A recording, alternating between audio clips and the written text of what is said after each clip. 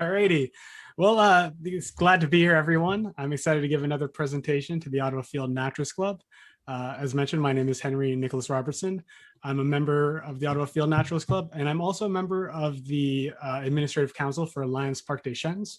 We're a nonprofit group that's trying to seek official park status for a variety of public and semi-public lands around the Deschênes Rapids, as mentioned, just across from Mud Lake. I'll have some links in the at the end of the presentation because there's some cool sandstone pavement barrens that are kind of like an alvar that I'll highlight some photos from. As well, the previous presentation that was mentioned has a lot of details for how you can visit the park, support us, come have a good time. Alrighty, so on to the presentation.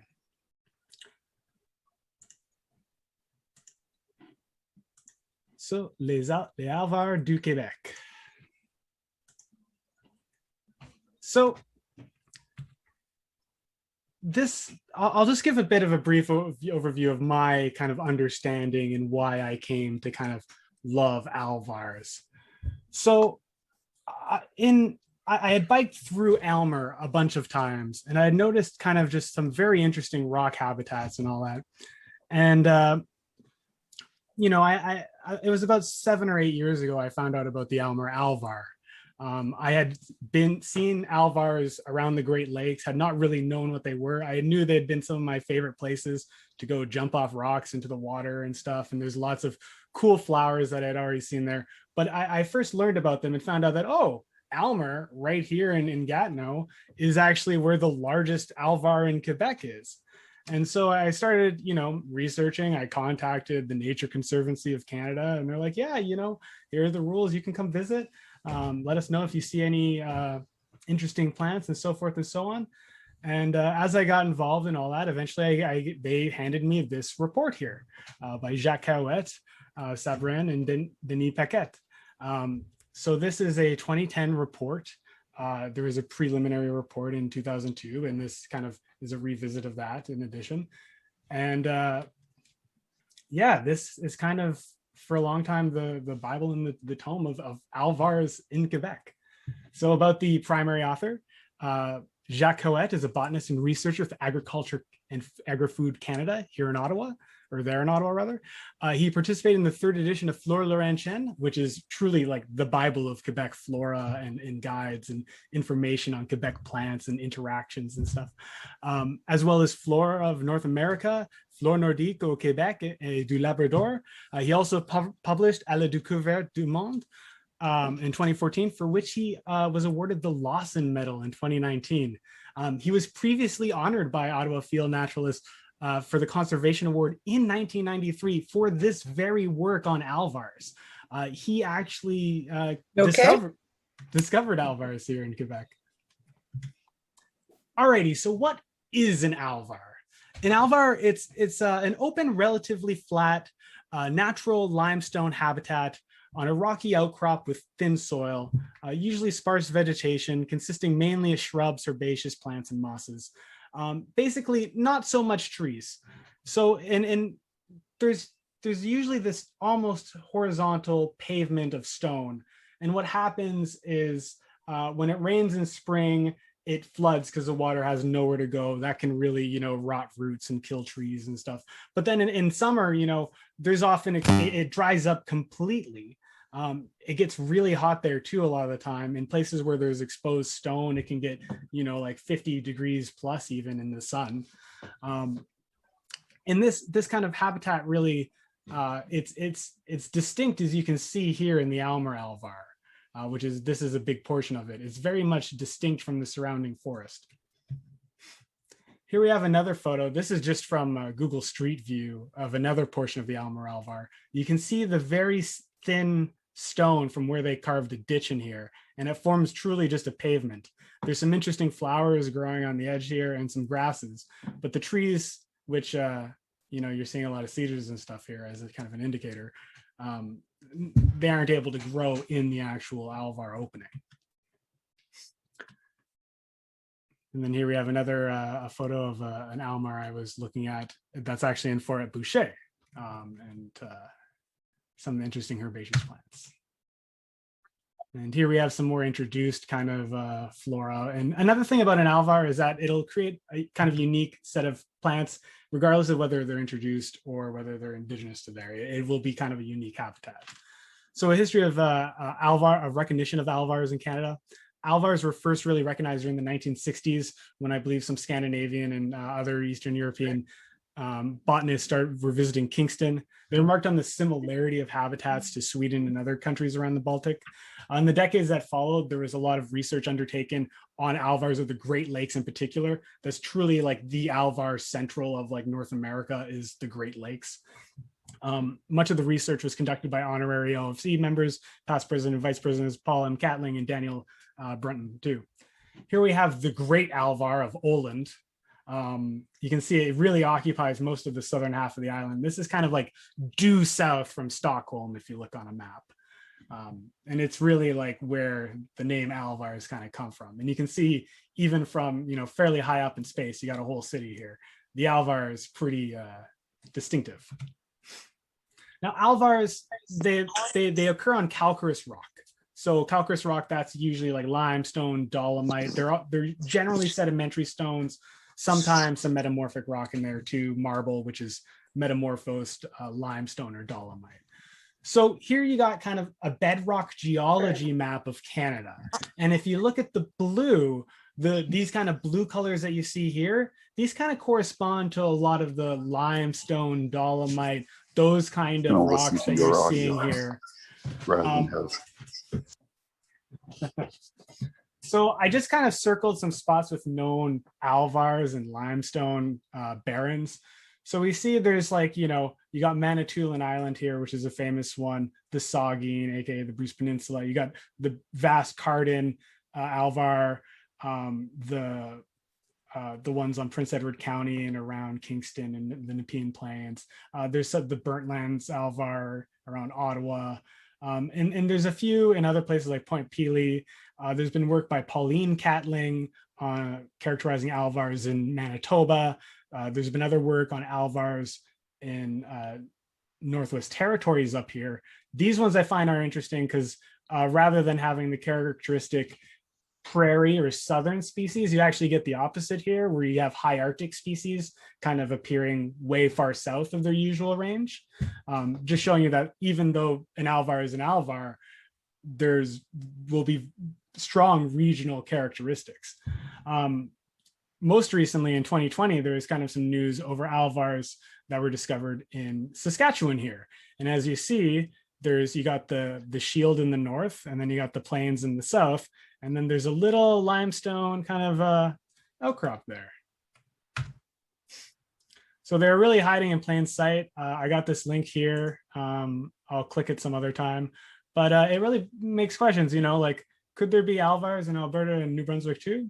The rock says there could be.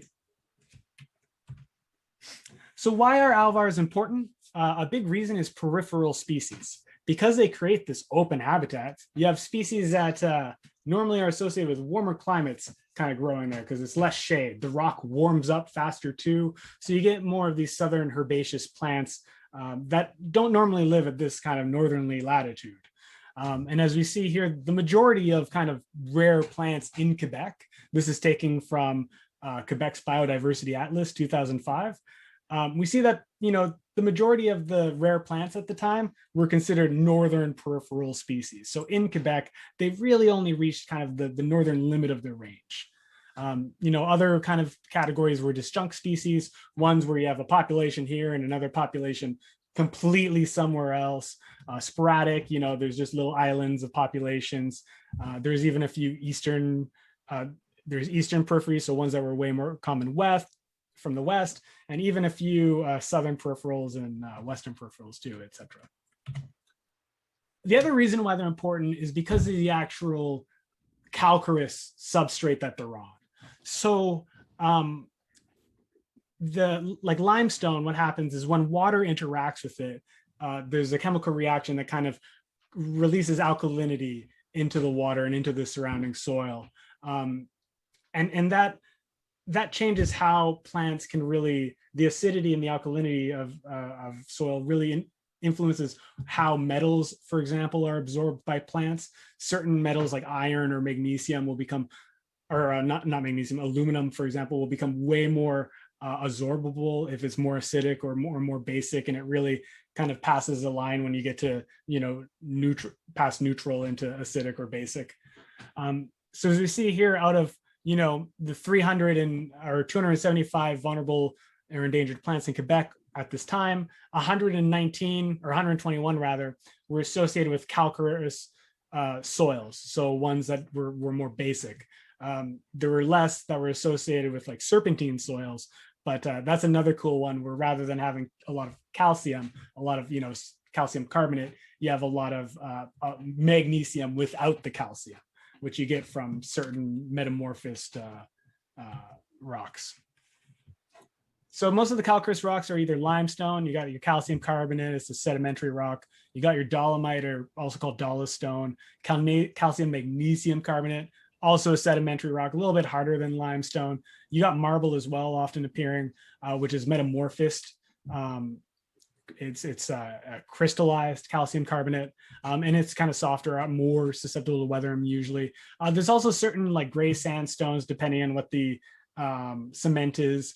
Mud rocks, clays can be calcareous, even certain mafic rocks. So mafic rocks are ones with a lot of like iron and stuff like that, like metals. They can even have alkaline intrusions and stuff. And these rocks are generally only found in a few places in Quebec. They got relatively restricted geology. So a history of recognized alvars in Quebec. So alvars have a long history of being noted without being directly like stated, before they were like officially made a lot of news and recognized in 1992.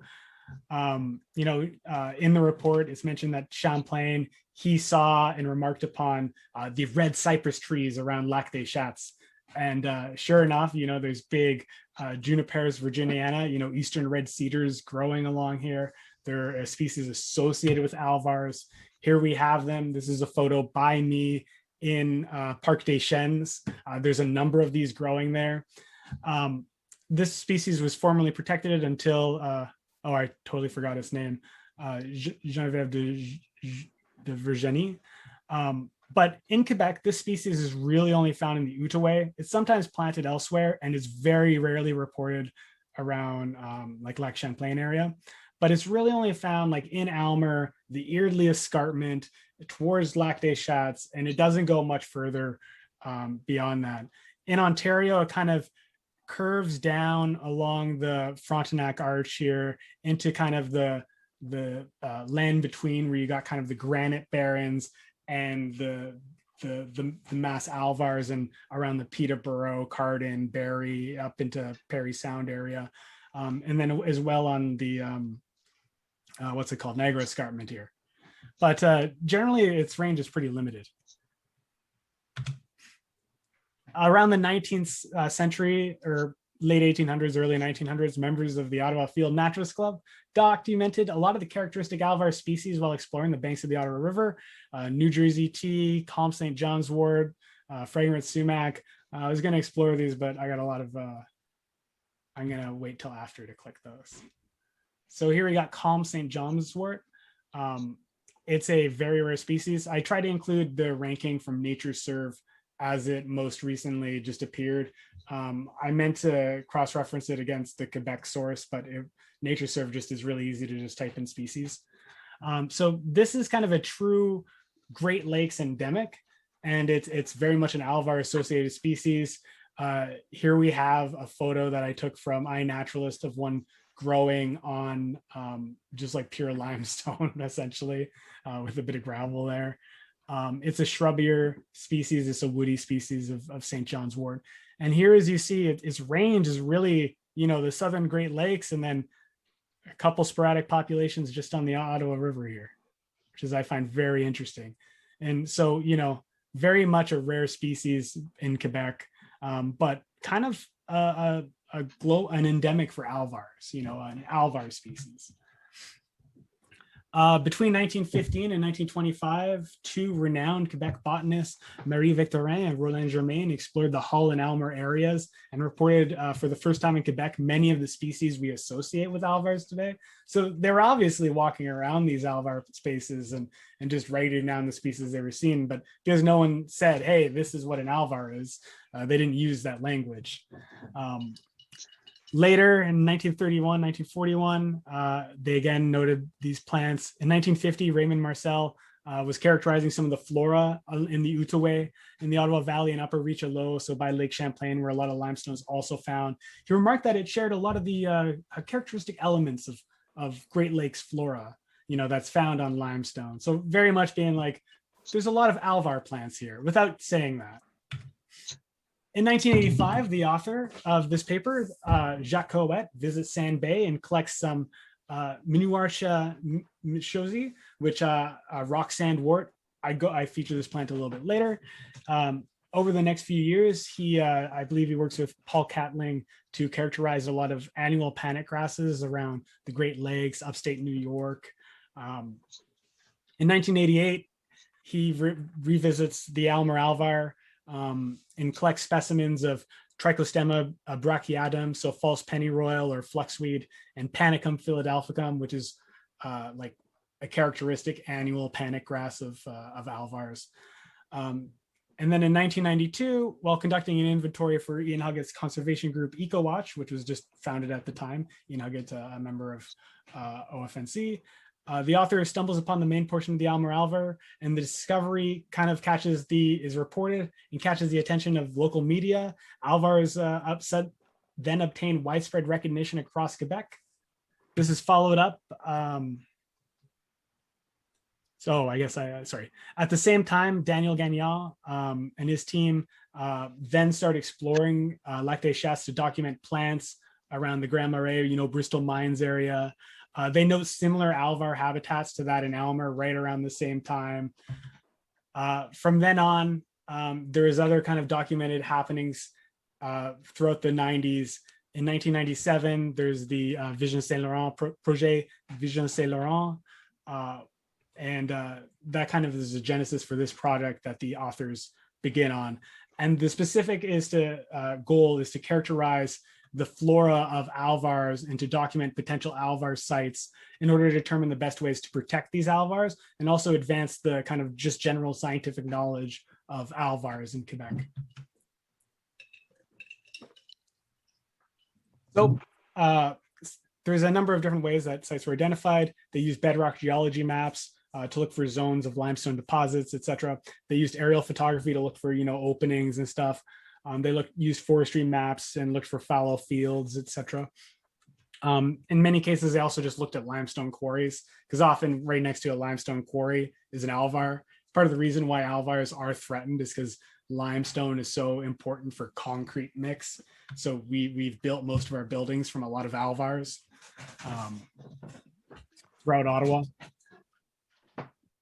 So finding potential sites. So sites were identified through examining bedrock maps.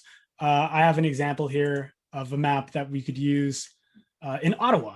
I gotta exit out of this. So here we have a map of the western half. This is from 1938. It's a very old map. Things have changed quite a bit since then, but the bedrock geology, thankfully, has stayed somewhat similar. And it gives the different formations here. Limestone, there's a few different ones that are limestone, but it tells you what they are. So the orange is limestone. The blue is also limestone. And what it's showing here is that these darker spots are where apparently it's rock outcrops and it's very shallow soil. And so these are kind of where you'd expect an alvar. And sure enough, if you look at all these dark orange spots on the map, they all essentially correspond to where either an alvar currently exists or kind of formerly existed.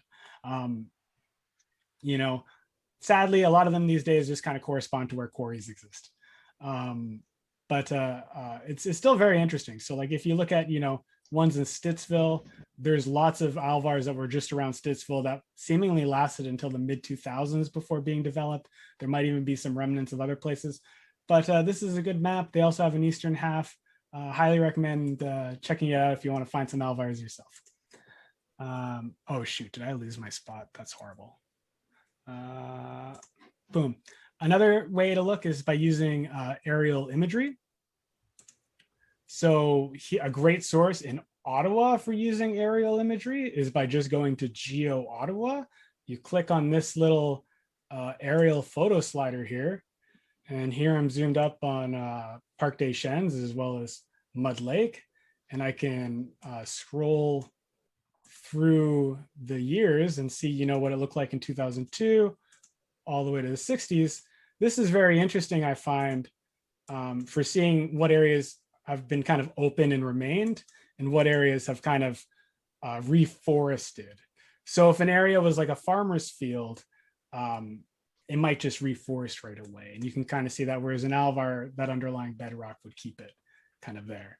So, you know, you can look at, I was going to go look at fallow field just because down here, or Stittsville or something. So here you have fallow field, you know, sure enough, in the 1970s, it looked like there's a bunch of Alvar and stuff kind of up in here, all right there, which corresponds exactly to where it was marked on the map.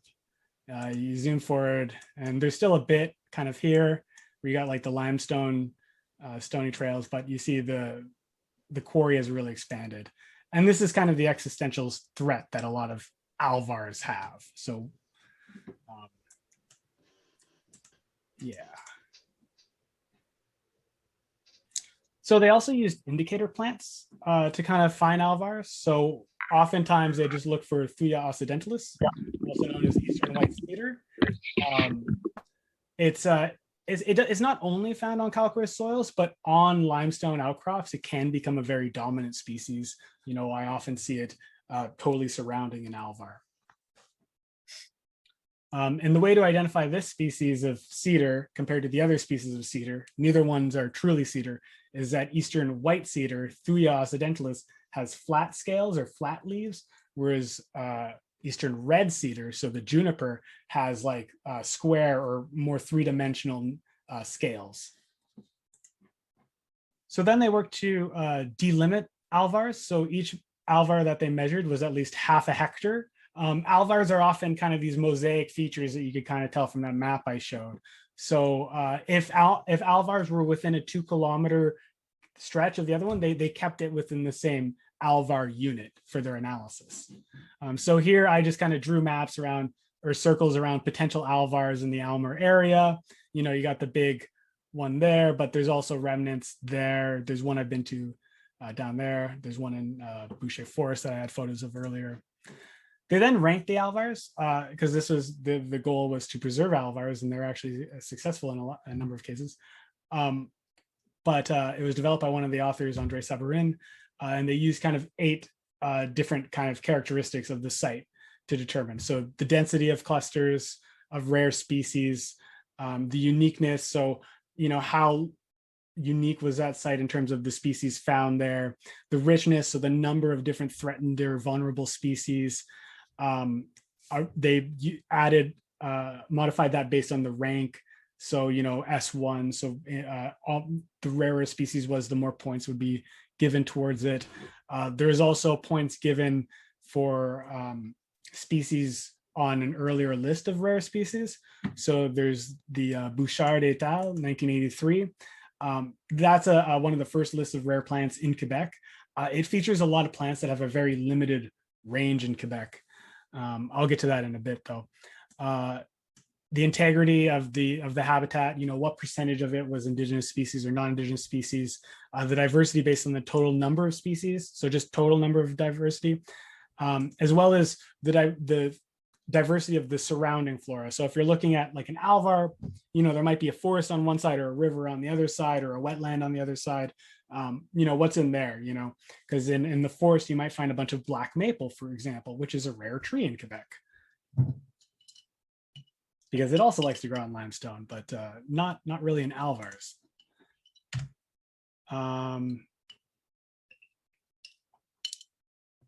So as I was mentioning just a second ago, Bouchard et al. 1983 was a list of, I believe, 375 plants. There was 20 or so that didn't make it on later lists, but were commonly seen in Alvars.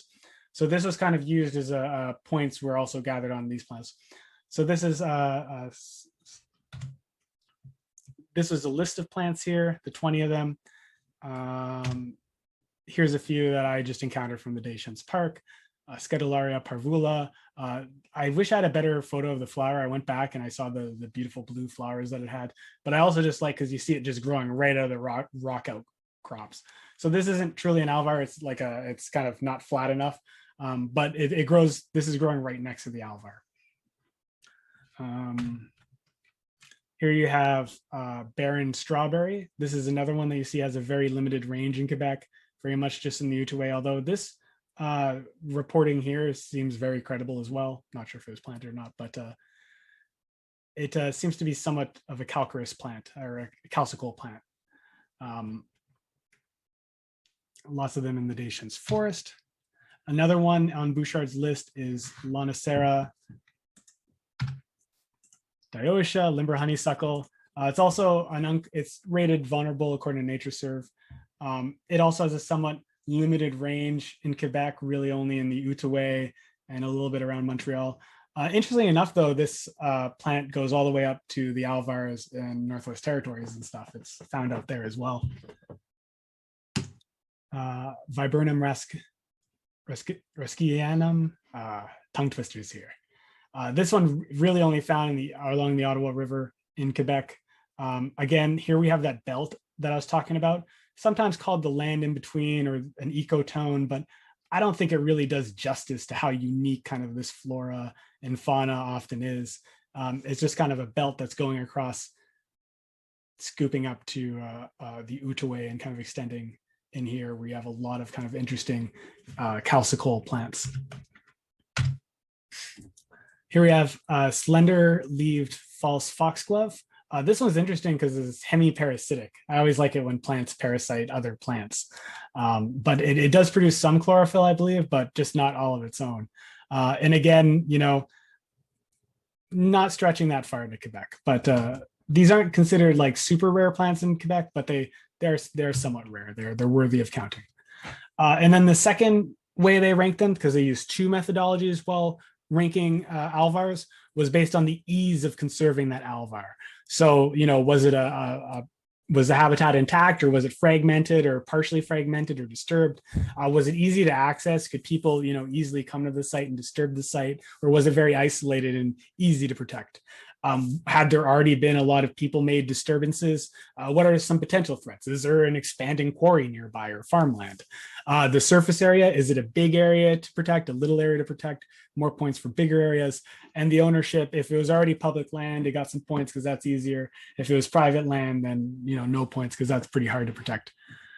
They didn't cover all of Quebec in their studies. So they covered mostly these kind of southern regions of Quebec. And there's some reasons given for that. Is that maritime Quebec, it has a lot more rain, and so the characteristic stuff found on limestone is quite different there. It's a different set of flora that they've encountered there. And northern Quebec was kind of separated for similar reasons. It's not saying that there's not any alvars per se in these places, but the characterization of this would have to be kind of contrasted. They're kind of different. There are other regions of Quebec that have very interesting limestone and other calcareous soils with potentially alvars and stuff like that, or similar type ecosystems there. Some of the places are the Mingan Archipelago, Blanc-Sablon, next to Newfoundland, near Lake Temiskaming, very far up the Ottawa River, in Iichu, so near Jamesy, around Lake Mistassini, also in Iichu, and also south of Lac Saint Jean around Ville de Saguenay. There's some interesting limestone stuff. Here's a minor tangent. So the Mingan Islands are a really cool place.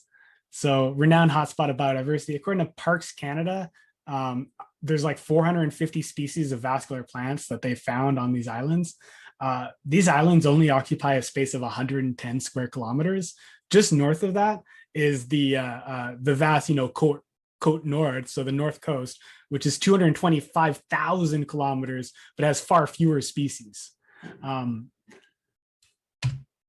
and if you're wondering, those are up here in Quebec, so I haven't even included them there. And there's interesting stuff there. So like one example is elk thistle. So this species is rare in Canada, and outside of the Mingan Islands in Quebec, it's only found in the Rocky Mountains of Alberta and in BC and Alberta. So like it's just such a weird disjunct population in the Mingan Islands, completely separate from the other ones, which are all on the complete other side of the plains. And I think it's a beautiful flower too. So the first Alvar that we're going to cover. So as mentioned, in early 1988, the author Jacques Coet reported Alvar type openings in the vicinity of Cook Road and collected Panicum philadelphicum and Trichostemma brachiatum. It was then reported by Ian Huggett in Trail and Landscape in 1993. That's the article there. It was also reported again in 1995. Ian Huggett actually wrote quite a bit on that then. And yeah, it received quite a bit of attention. The area covered for the Aylmer Alvar is kind of bound by these roads. You got Terry Fox here and Vanier, and I think you got Antoine Boucher and Cook, I think. It's Blackstone, Black River Complex limestone. It was described as 6 units in the report, and it's around 45 hectares, making it by far the largest of the Alvars in Quebec. There were 203 species counted in the Alvar, 32% were introduced, which is fairly high. There are still 6 endangered or vulnerable species counted, 3 according to that Bouchard list. The area was often quite disturbed. There's a lot of like cattle fodder, like fodder grasses that were seeded. So you get a lot of Kentucky bluegrass, which is just a very common invasive weed, as well as Agrostis stolonifera, creeping bentgrass. But what's very interesting though is that in the pavement portions of the Alvar, there is these moss mats that support just herbaceous plants, and it's dominated by these 2 very rare plants, just completely co-dominating these very extreme ecosystems. And those are the panic grasses and the false pennyroyal. It was also notable for occurrences of certain caryxes, so sedges and Draba numerosa. So here we got a photo that I took of the Alvar last year. You got a lot of stuff here. There's a lot of bugs and it's kind of dark at the time. You got kind of the dead cedars. There was a big fire and a tornado that blew through here in the past 10 years or 20 years.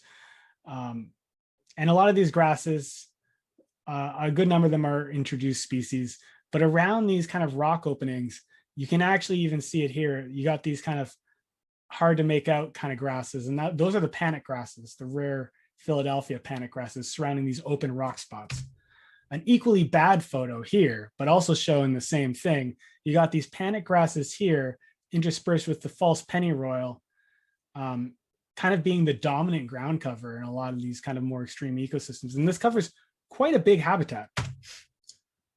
So we got Panicum philadelphicum, along with Panicum flexile. This annual panic grass is a prime indicator. So like it just, it can die completely and just come right back and fall. A lot of these annual grasses and stuff, you don't find a lot of annual grasses and annual species generally in the forests and stuff like that. But in the Alvars, they're notable for these annual species or the presence of these annual plants.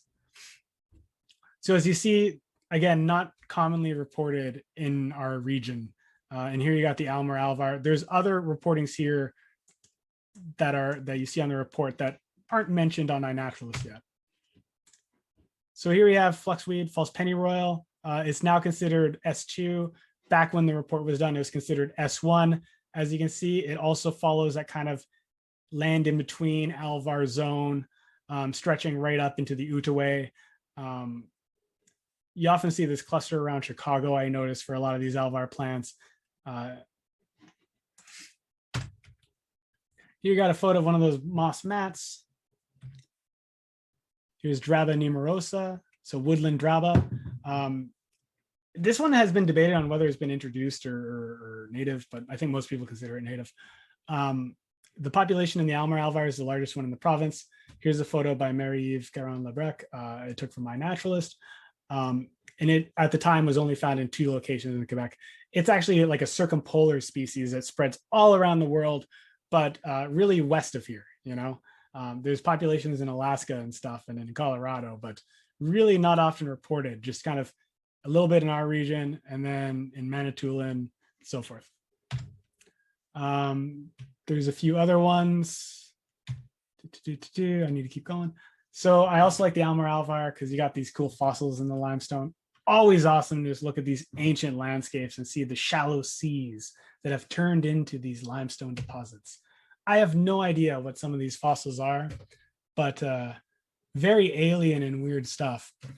In the sand that overlays these, though, you can often find more recent fossils of shells and stuff from when it was ocean only 6,000 years ago. Just some cool moths I saw in the Aylmer Alvar. Anywho, the other Alvar in Gatineau that's reported here is the Templeton Alvar.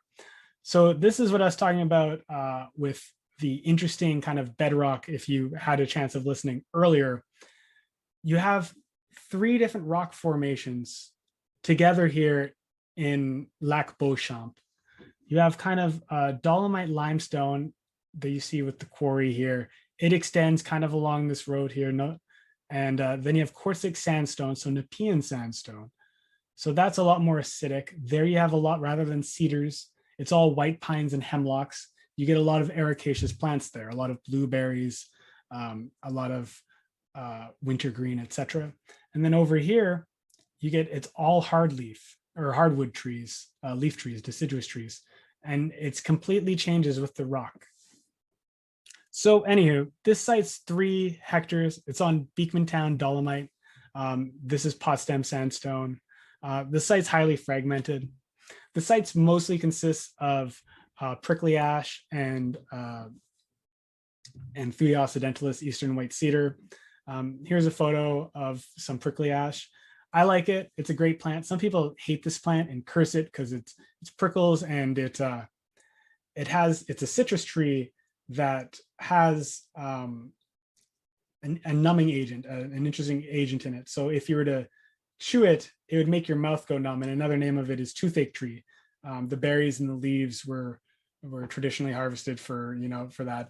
The Haudenosaunee, the Mohawk, the Seneca, etc., Onondaga, they would actually harvest the berries as a spice, that similar to how Szechuan pepper is used, which is actually its closest relative in China. It was the only alvar in Quebec, going back to the Templeton Alvar. It was the only one where they didn't find any endangered species, but they found interesting ones nonetheless. And right around it, they found Cardamine bulbosa and Celtis occidentalis, as well as Ulmus thomasi, all in the periphery there. And as mentioned here, we have the northern prickly ash, which is still an uncommon plant in Quebec.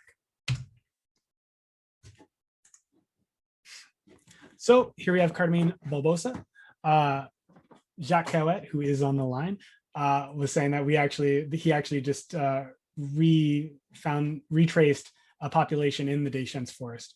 And as you see here, it follows this kind of range that we see of kind of the limestone belt range, really not extending much further past the Outaouais and around the kind of Lake Champlain, kind of southern Quebec region.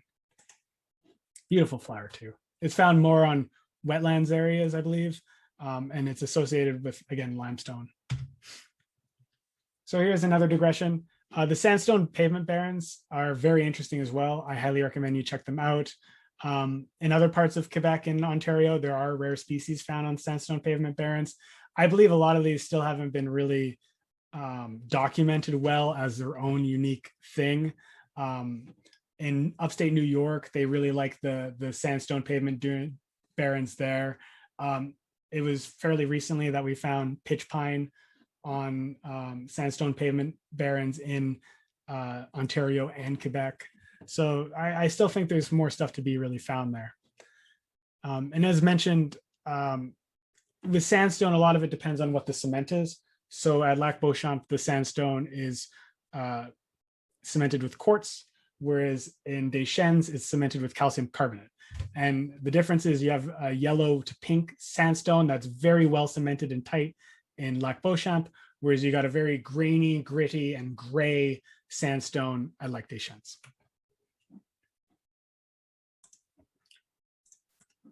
Here's a photo of the gray sandstone barrens. You know, you got these reindeer lichens and tons of great stuff. Moving on. So another rock barren that's very close is the Couillon Alvar. So it's the second largest Alvar in Quebec, and it's found just below Chats Falls on Lac des Champs. So if I was to get on a boat from here in Aylmer and go to the other end of the lake, I'd be right here. Interesting point of history. I see it. There's a road here called like Point Indienne. Originally, this is all, you know, Anishinaabe Algonquin territory.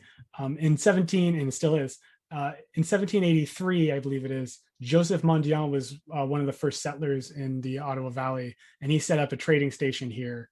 And then later on, the Hudson family, which were Hudson Bay Company transplants related to the Métis Hodgson's family from way up around Hudson Bay, relocated here. And many people from the Ottawa Valley actually trace their descendants to the Hudson family. A lot of Frost, Godins and stuff.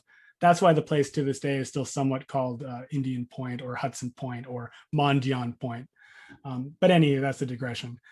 There's a very old and interesting cedar forest all in here. You can see this is during the 2017 floods.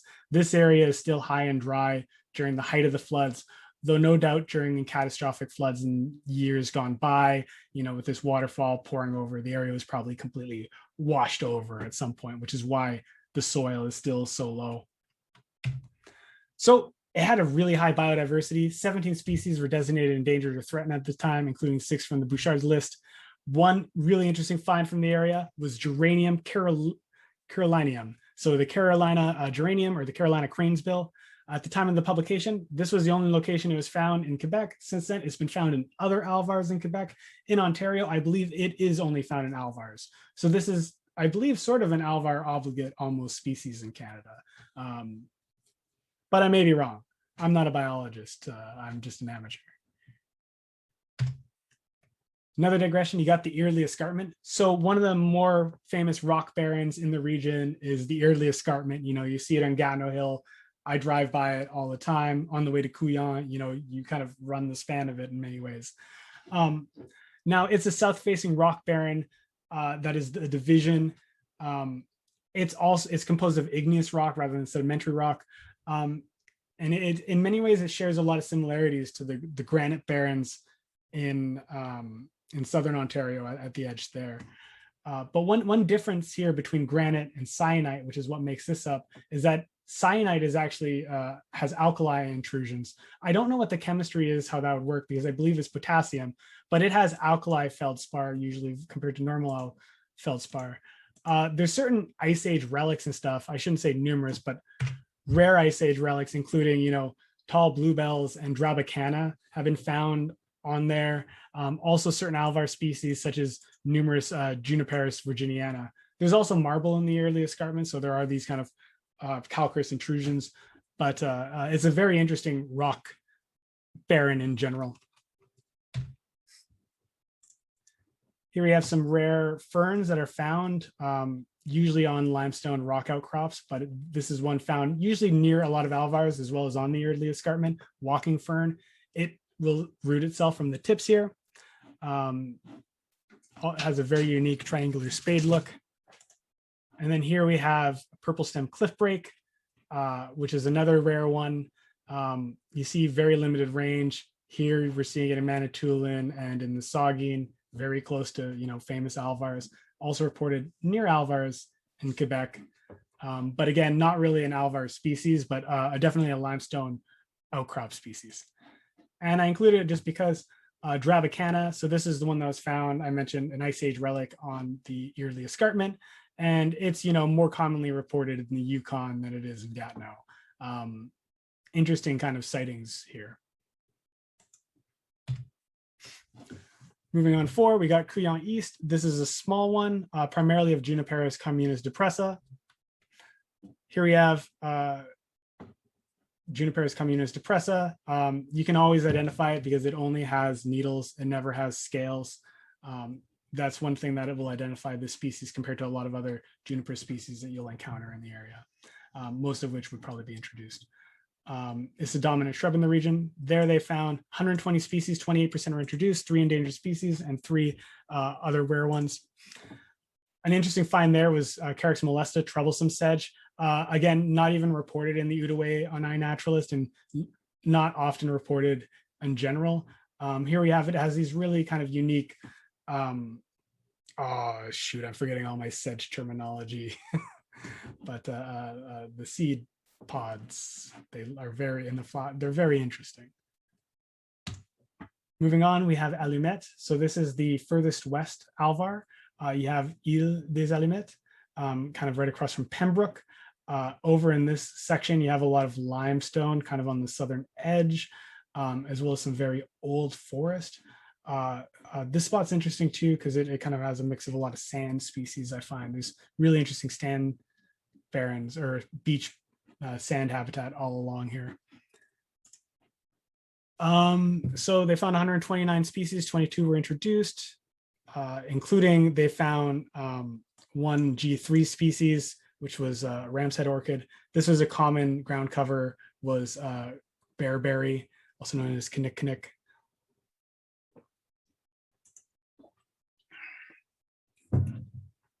So here we have the Cypripedium ariatinum, ram's head lady slipper orchid. There's a very remarkable grouping of populations in near Armpror, Brayside, I believe, of this species, but it's or maybe that's another one I'm thinking of. Anywho, it's a very rare orchid generally. It's not common kind of anywhere. It's considered a G3, N2, N3, and it's also considered vulnerable in Quebec. It seems to be found kind of on this kind of belt between here again. More common species that they found there was just wild basil. This is sometimes an Alvar indicator. It likes the calcareous soils, substrates, but it's found in a variety of habits. It's one of my favorite flowers. Another rare one they found there was Seneca snakeroot. Again, more of the edge of the prairies, edge of the plains, found also on Alvars, but really only found in the prairies and on Alvars, as you see.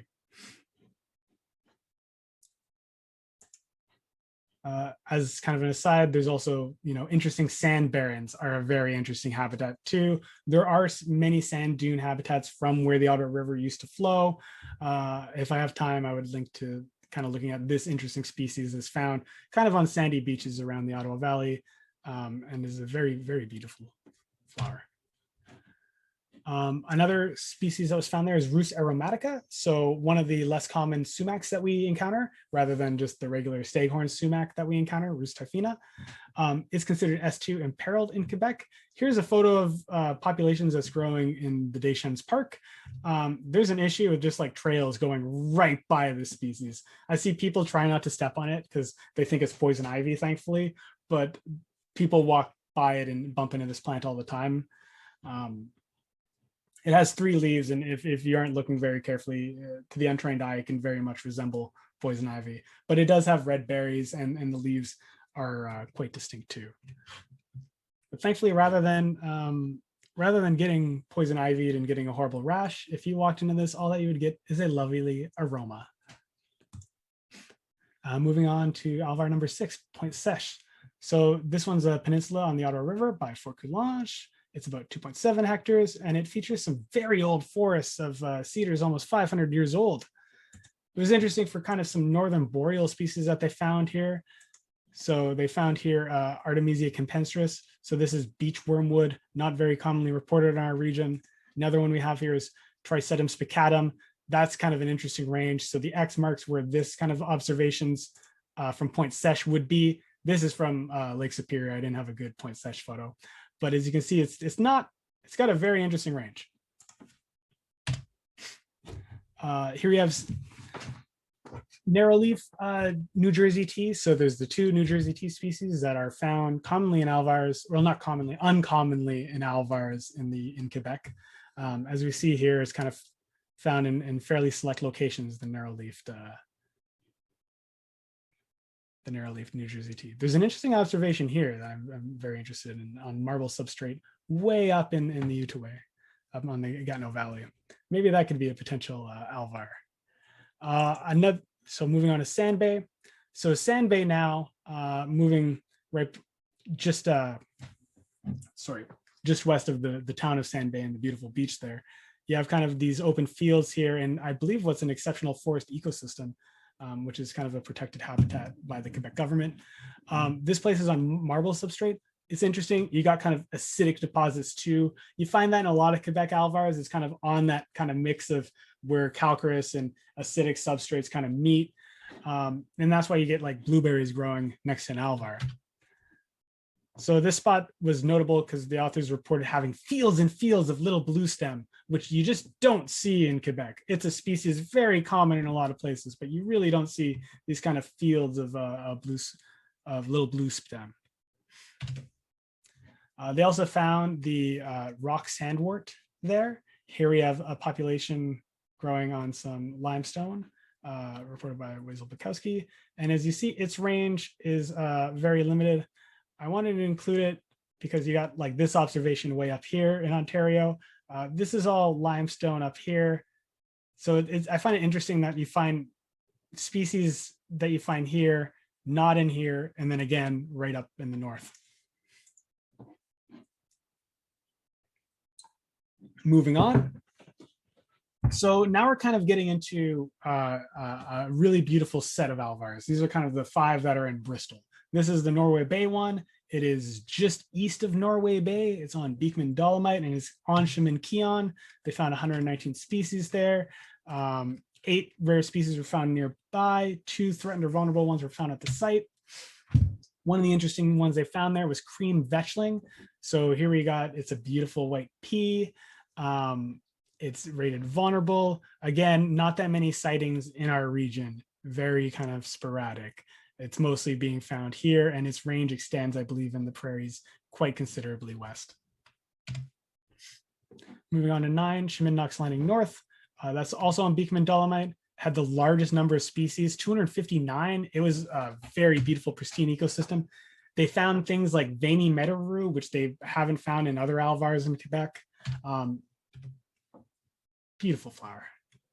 Interesting leaves too, compared to other meadow rue or other rues. And they also found this grass, which northern reed grass, which has a very interesting range, most often reported in the Yukon in Canada, which I thought was neat. And then they also found this just absolute gorgeous flower, greater fringe gentian. Have you ever seen a more beautiful flower? I doubt it. Here again, we see really growing a lot around the Great Lakes, although a little bit along the Appalachians too. Not commonly reported in Quebec, not extending far, just in a few sites. 10, Knox Landing South. This is probably the most pristine and gorgeous of alvars. It's my dream to one day go on, do an inventory here or something, because it just sounds gorgeous.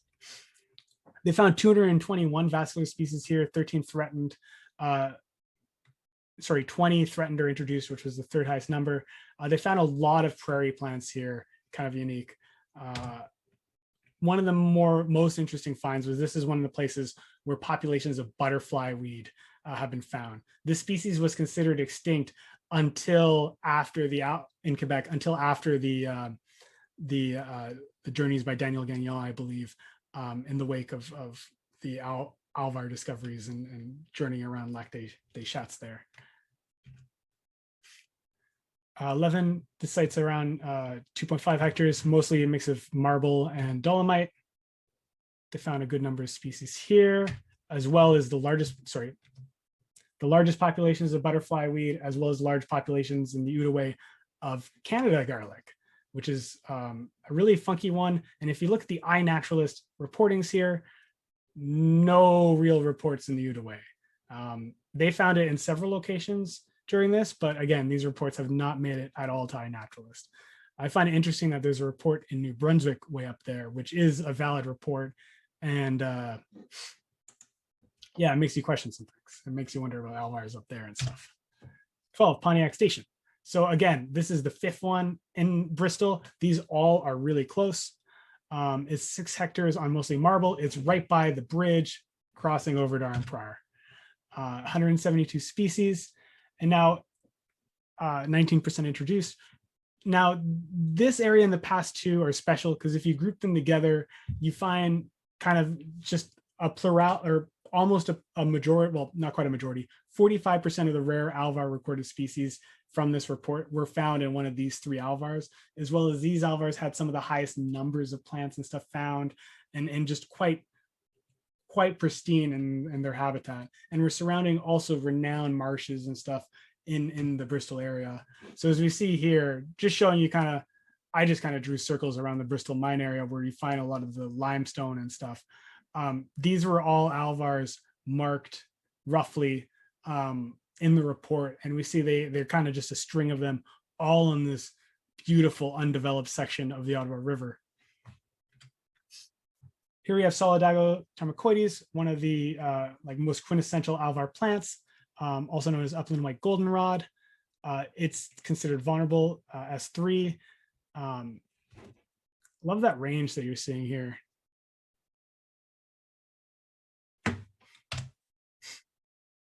Bonnet Rouge. So here's another one. This was the only one that was documented in the Gatineau Valley. It's the smallest of the Alvars.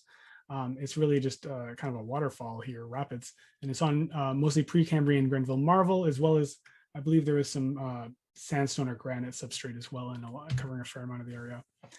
The area was interesting for finding of Sargassum nutriens there, I believe. So this was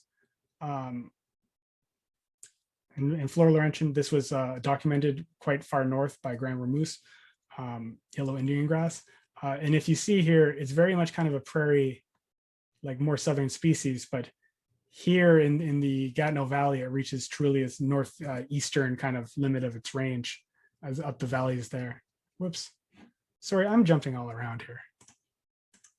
14, Saint Janvier. So this is by the Maribel Airport, right by Saint Janvier. Kind of just got a circle of forest habitat with a few kind of openings in the forest there. In the States, they refer to a lot of Alvars as glades, which a glade is kind of an opening in a forest. So cedar glades is what Alvar-like habitats are often referred to in parts of the States. So here you got kind of the actual kind of opening. You can see kind of openings of bedrock just from Google Maps there to this day.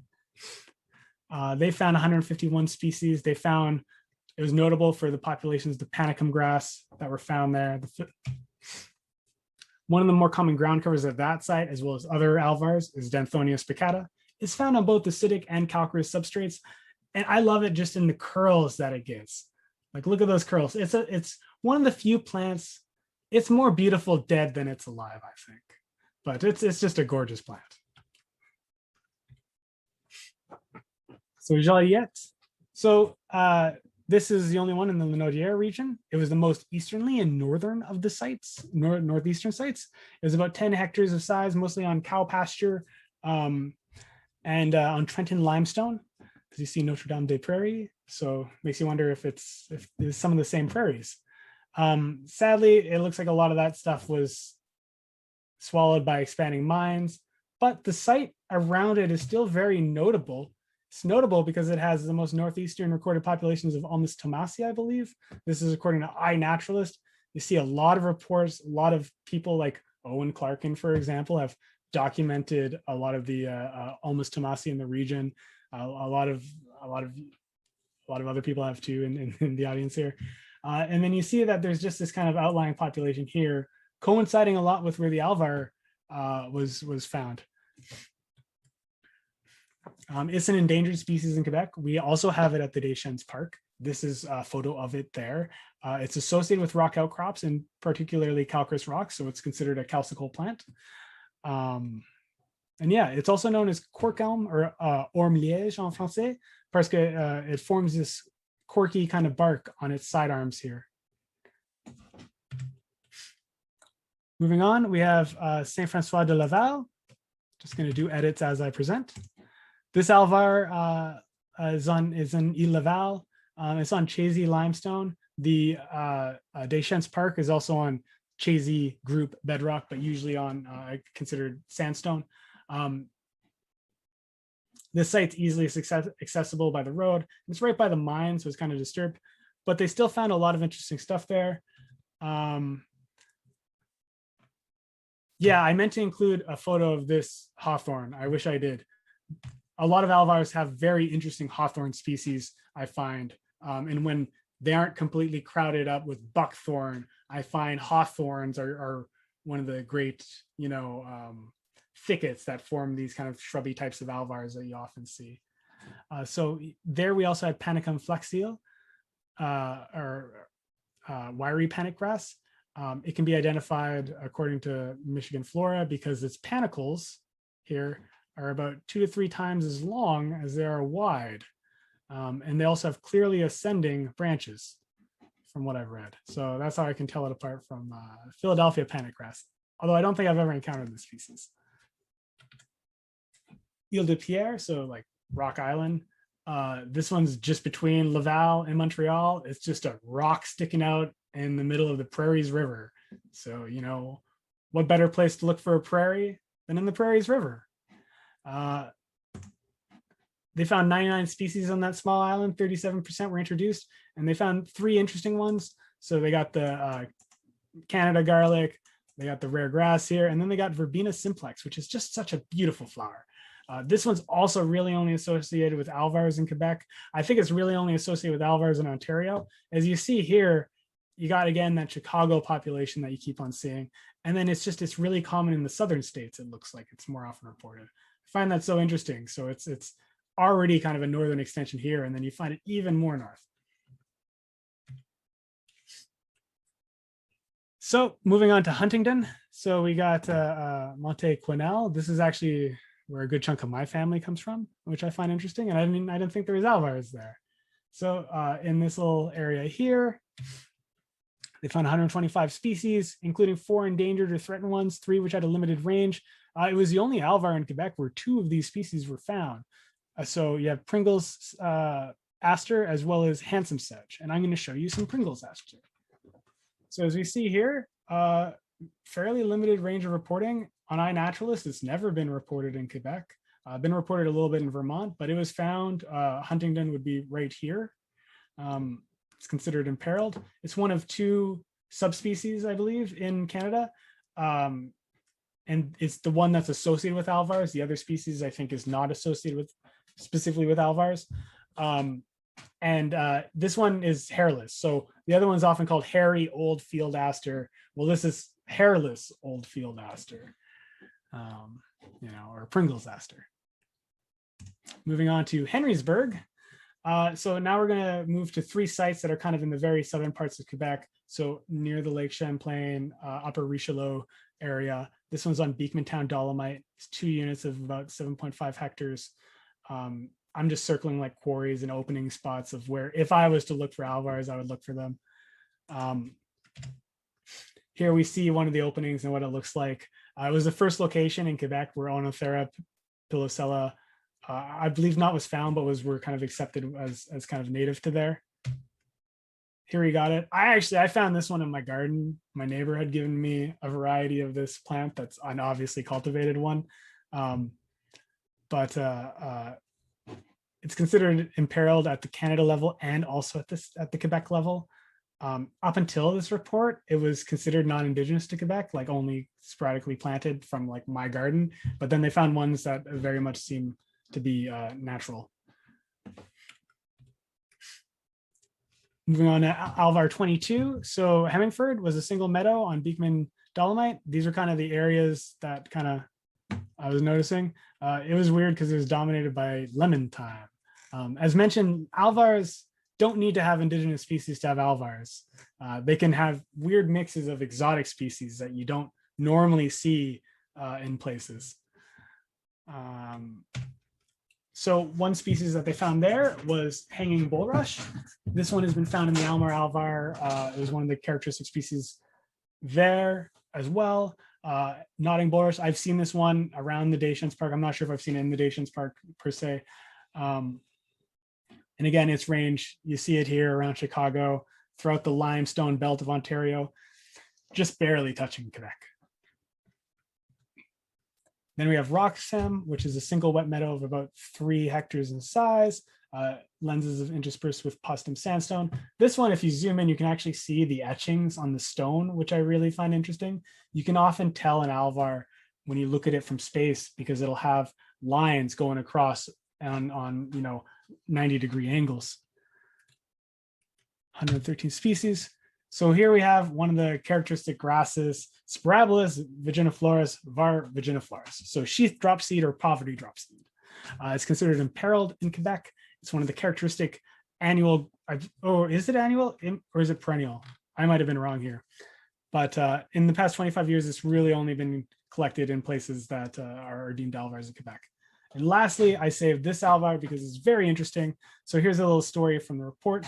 Collections made in early 1960s by botanists Gilles Lemire and Lucien Levesque and Gérard Peugeot of Tricedum Spicatum, so that false penny roll that I mentioned at the start of my presentation, prompted the authors to visit the site. And then in 98, the 2 other authors, André Savarin and Denis Paquette, discovered the jackpot with Spirabolus compositus, var compositus, and Verbena simplex. And so they found this kind of, well, I'll go to the site here. So here's Ile de Cascade. You can see all the limestone just overlying on the whole site here. And if you look at Ile de Cascade itself, you can see there's kind of these little prairies or openings of greenery on the edges here. And I believe that's where a lot of this stuff was documented. So 192 species, 24 were considered introduced. Now, this had the highest diversity of threatened or vulnerable species, including 4 which were rare to Canada overall. So you got smooth alder, Alnus cerulata, Gara biennis, which is sometimes called Anathera Gara, or now called, I forget which. You got Lycopus americanus var laurentianus and Spirabolus compositus var compositus. So moving on to the Anathera Gara, or the Gara biennis. This is considered a rare one to Canada and S1 in Quebec overall.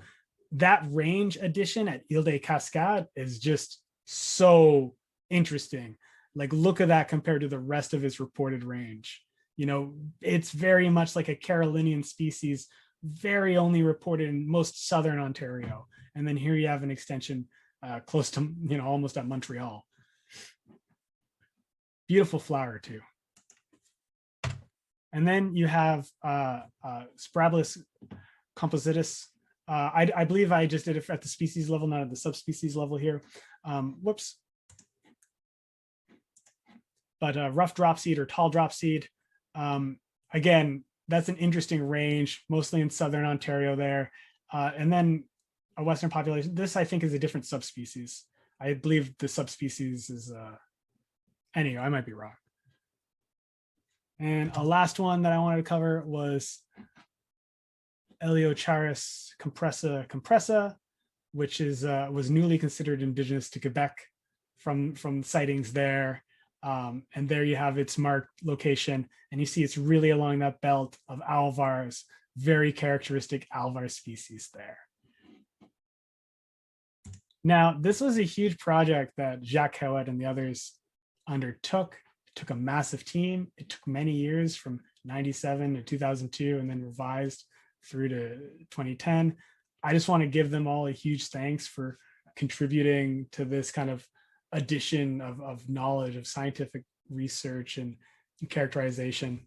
It's so useful for people like me who years later want to actually learn about alvars in Quebec. Just reflecting on the site, another translated portion. So in all, 22 alvar sites were identified out of the 102 potential sites they visited, 13 in the Outaouais, 9 in the greater Montreal area, 5 in Montérégie, 2 in Laval, 1 in the Laurentians, and 1 in the Naudière. Most of them were small in size, but have a high floristic diversity. 599 vascular plants were observed, 66 of which were threatened or vulnerable or likely to be designated as such. There was new additions of native species to Quebec from this research: Myosotis verna, Eliocharis compressa, the recognition of a new variety, newly recognized as indigenous species, Species that were formerly considered extinct were now considered not extinct, such as the beautiful butterfly weed. And yeah, and then there's extensions of range. And then just for fun, I kind of used the same kind of methodology and looked at some of just my little Alvar patches and Deschênes. So looking at kind of the Alvar and Savannah areas on the, not technically Alvars, I'm called sandstone pavement barrens, but oftentimes calcareous. You kind of got a little patch over here. You kind of got the riparian. There's the big kind of open zone, the smaller open area, and then some remnant populations up in these areas too, where you still find some very interesting species. Using kind of my own methodology, really just sorting through iNaturalist, 232 species of plants I counted in the area, 26% were introduced, 7 were endangered or threatened according to the list of the other Alvar research. I managed to pull a few from Bouchard's list too, and I thought it was interesting to try and, you know, compare it over similar methodologies and see what you could get at. So before I finish here, just going to plug the Deschênes Park one more time. So it's a proposed park of about 100 acres that includes a wide range of habitat, including several Alvar-like rock barrens. It's a remarkably diverse urban habitat. You could join our list at parkdeschênespark@gmail.com. And thank you for this and the presentation.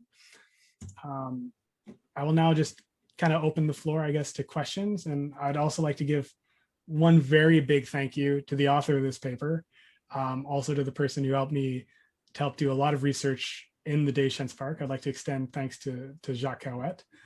And yeah, I'd like to open the floor to questions on Alvars and the sandstone pavement barrens at Parc Deschênes, etc. All right.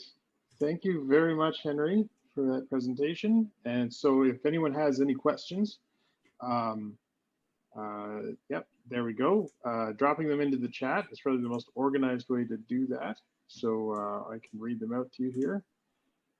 All right, so for Martha Farkas, she says, excellent presentation. In terms of succession of ecological communities, what usually follows the Alvar community of species, if anything, or is it a fairly stable ecosystem, i.e. is there a predictable next stage in the succession process?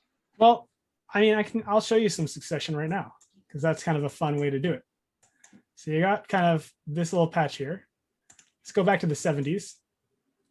So you see, we still got kind of the same patch here and here. There used to be kind of more over here, right? And if you notice, there's kind of these kind of gray brownish color that you're seeing. That kind of usually is marking the limestone as close to the surface in those spots. Now, if we zoom ahead, I think the next good one in this region is 2002. You'll see that this kind of filled in completely almost here. There's a lot more growth. But here around the actual Alvar, it's too basic. It's too extreme for the trees to really succeed a lot of the time. And then, you know, things can happen. You know, you can have a dry year. All of a sudden the trees that were starting to grow back die. You have a flood, kills the trees again. You have a tornado. Or you have a big fire in 2007 that just burns a huge chunk of the Alvar. That also happens. And then you have, you know, that same patch where these trees were burned. You have them now in 2019. They've all been wind thrown from the tornado that ripped through there in 2018, I believe, or 2019. So the reason these Alvars exist is because the succession is so slow, it's almost non-existent. These Alvars are, they get reset too much. And sometimes you can have kind of creation of Alvars where, say, there's established forest on some shallow limestone and then a fire or something breaks through and kind of destroys a lot of the soil. But it won't be the same, like, oh, I think Jacques Cahouette has his hand up.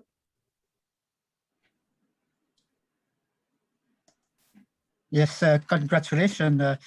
I've never heard a so good presentation based on our book. Really, congratulations. That was really, all the aspects were really clearly presented and well documented. I just have maybe an answer to one of your questions about the fossil that was it the big round fossil on the rock. How about stomatolites? Stomatolites. This is a fossil. It's a very old one that has a number of units together. It's a kind of colony of something. It looks like a stromatolitis. Is my point of view. I don't know what the other think. So those would be the same ones that are found by the Champlain Bridge. Are those strong? Yes. Maybe, but you know, with a kind of without a kind of a 3-dimension. Just an idea. Yeah, no, it's interesting. There's tons of interesting stuff there. Yeah. Another thing, when you mentioned the species that they were the indicator species, you mentioned the cedar, but also really we base our finding, our looking with the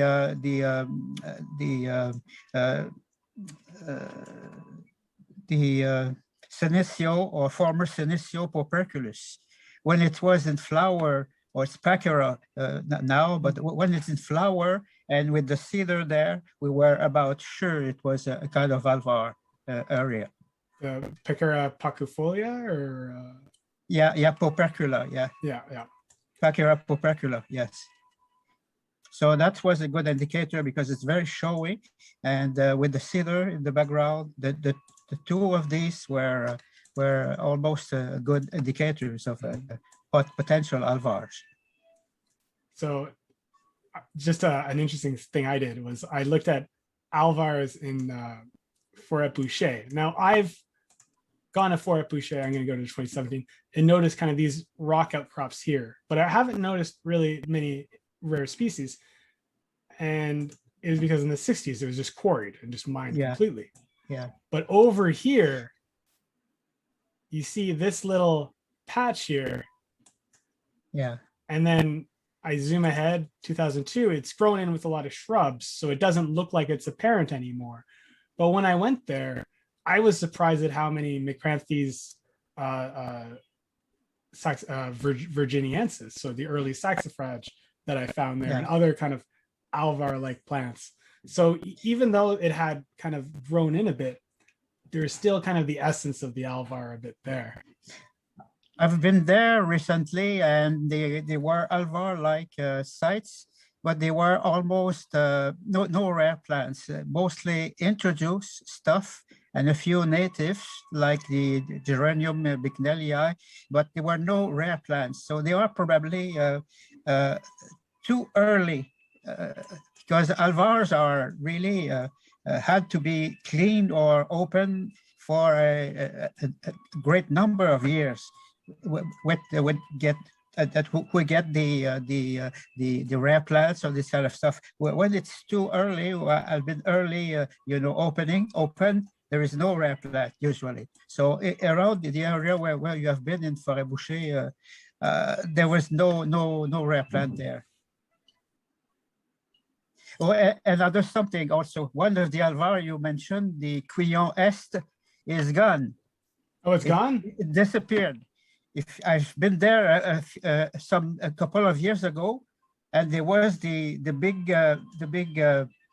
tank for the municipality was built on the alvar. Oh. So everything was destroyed. So that's another one. The sites are always chosen because they're already clear. I've noticed that like so many of the old like sites associated with either colonization or portage routes, like a lot of those sites, even like human habitation sites for a long time, are often alvars, I find. That was the only alvar in Quebec having the three elms species. So that's I couldn't find them. What I thought was interesting is the discovery of alvars in Quebec or Saskatchewan. If you look, Cumberland House, oldest settlement in Saskatchewan.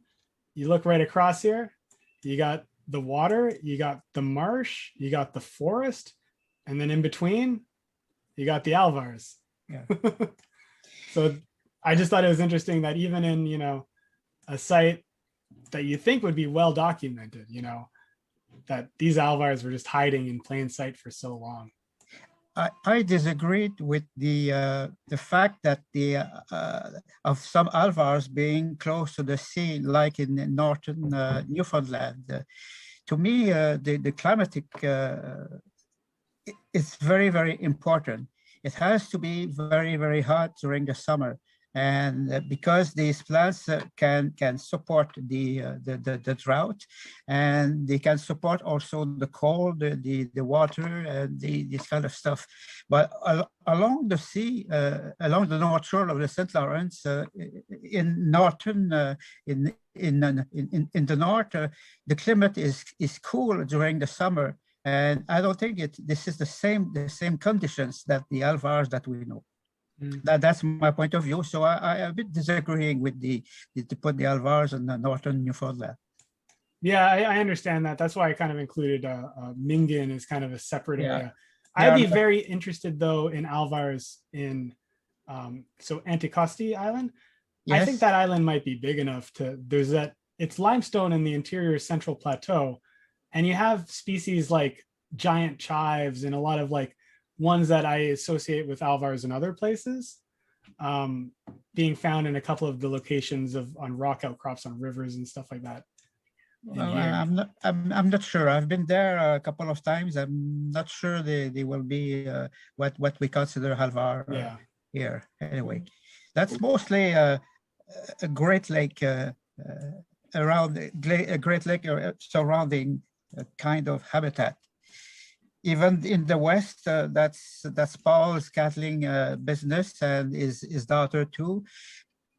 Perhaps I've not been there, but in going to Lac Mistassini and going to James Bay, I disagree. I've seen limestone there, but during the summer, it's not the kind of weather we have right now in the area.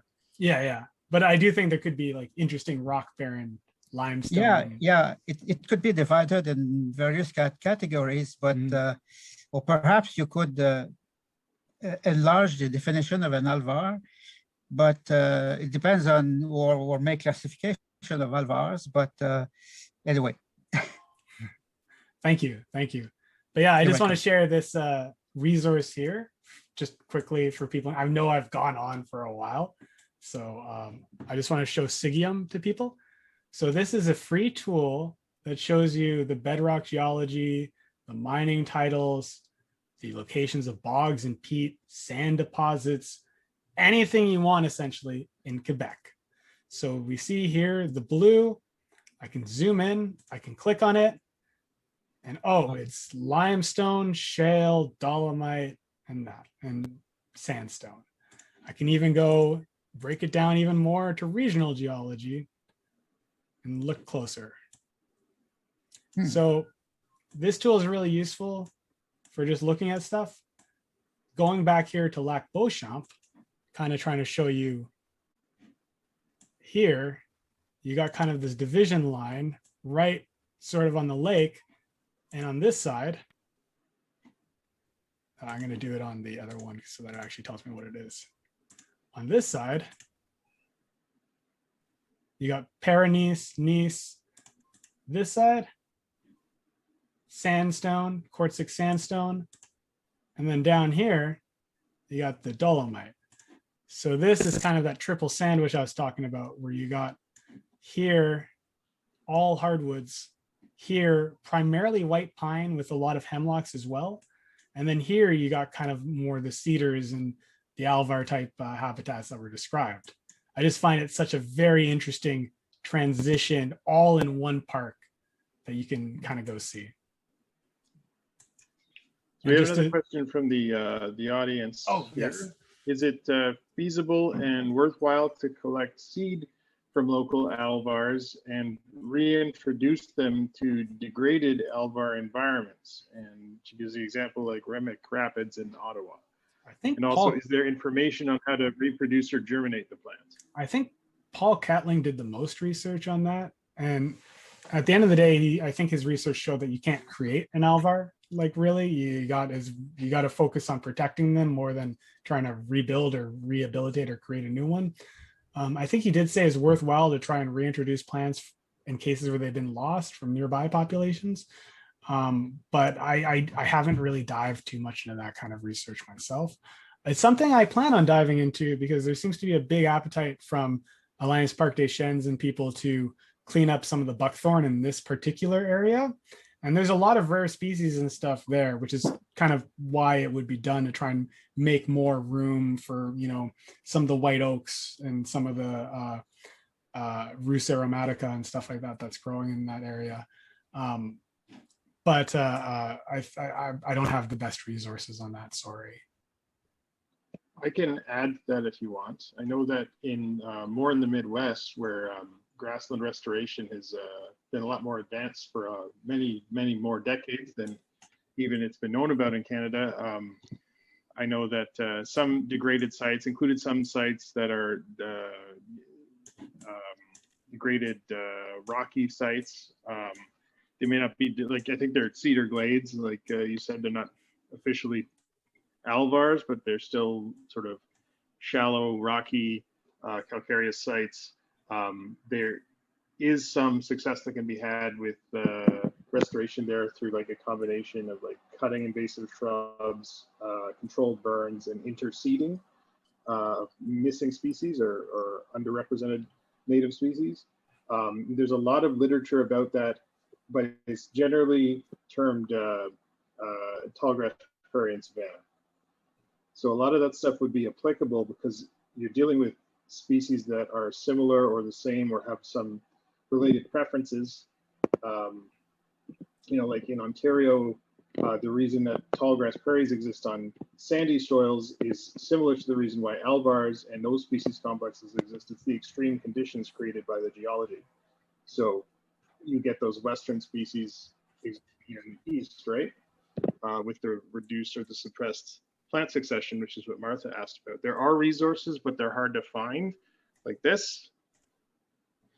I guess that's really tiny for people, but there are books out there. They mostly cover species in the Midwest, so they're helpful when those species also occur in the East or also in the Alvar species or in our Alvars, but it's an evolving art. And like Henry said, and like Paul Catling has written about, it's always best if we can preserve the original ones because they took thousands and thousands and thousands of years to form in the first place. So if we think that we can put them together in 5 years of planting, we're kidding ourselves. Just one last comment on Alvars. I still feel like there's just still so much work on Alvars to be done in Ottawa, just in general, you know? Like, I keep on bringing up this area right here. I haven't found anything on this Alvar, and it's a huge Alvar. Like if you compare it, you got the Aylmer Alvar here, the biggest one in Quebec. You go right across, and it's this huge open. You can see the etching in the stone, like it's there, you know, and it's a massive place. And these houses are just being built on it over the past few years. It's divided in a farm, but it's a truly massive Alvar, seemingly rivaling the Burnt Lands down here. Like that's Burnt Lands Provincial Park Square. And then that spot's like the same size. Anywho, and I haven't found a single thing mentioning the site existing. So, and there's more Alvars like just right around it. Like if you look here, you got this cool kind of line of an Alvar just circling the forest where the rock kind of emerges. You know, you can even go down to Constance Lake, look at the little Alvars down here. I can go on Street View and you kind of just see the Alvars yourself. There you go. Yeah. Any other questions there? Nothing else. I don't see anyone. Let me flip through the pictures, I guess. I don't see any hands up. And I don't see any more in the chat, but so I'll say thank you very much again. for that wonderful presentation. That's a very, very infectious passion that you have for the habitats and the plants. And I appreciate when someone can appreciate an unusual distribution. You commented on the shape of the ranges of some species, and yeah, that's awesome. So thanks again, Henry. I thank you, everyone in attendance, for joining us this evening. I hope you learned something about Alvars. I hope you're excited to go see some of these environments. Maybe you know about them. Maybe you've already been through some. Maybe they're in your area and you didn't realize what they were. And you can have a closer look as you walk through in the meantime, because they're certainly around in our area. You know, there's some small ones in Stony Swamp if that's where you go, if you're not on the north side of the river, the burnt lands as well. But we will hopefully be having some field trips to some of the sites that Henry's mentioned in the future once we're able to again. So thanks again, everybody.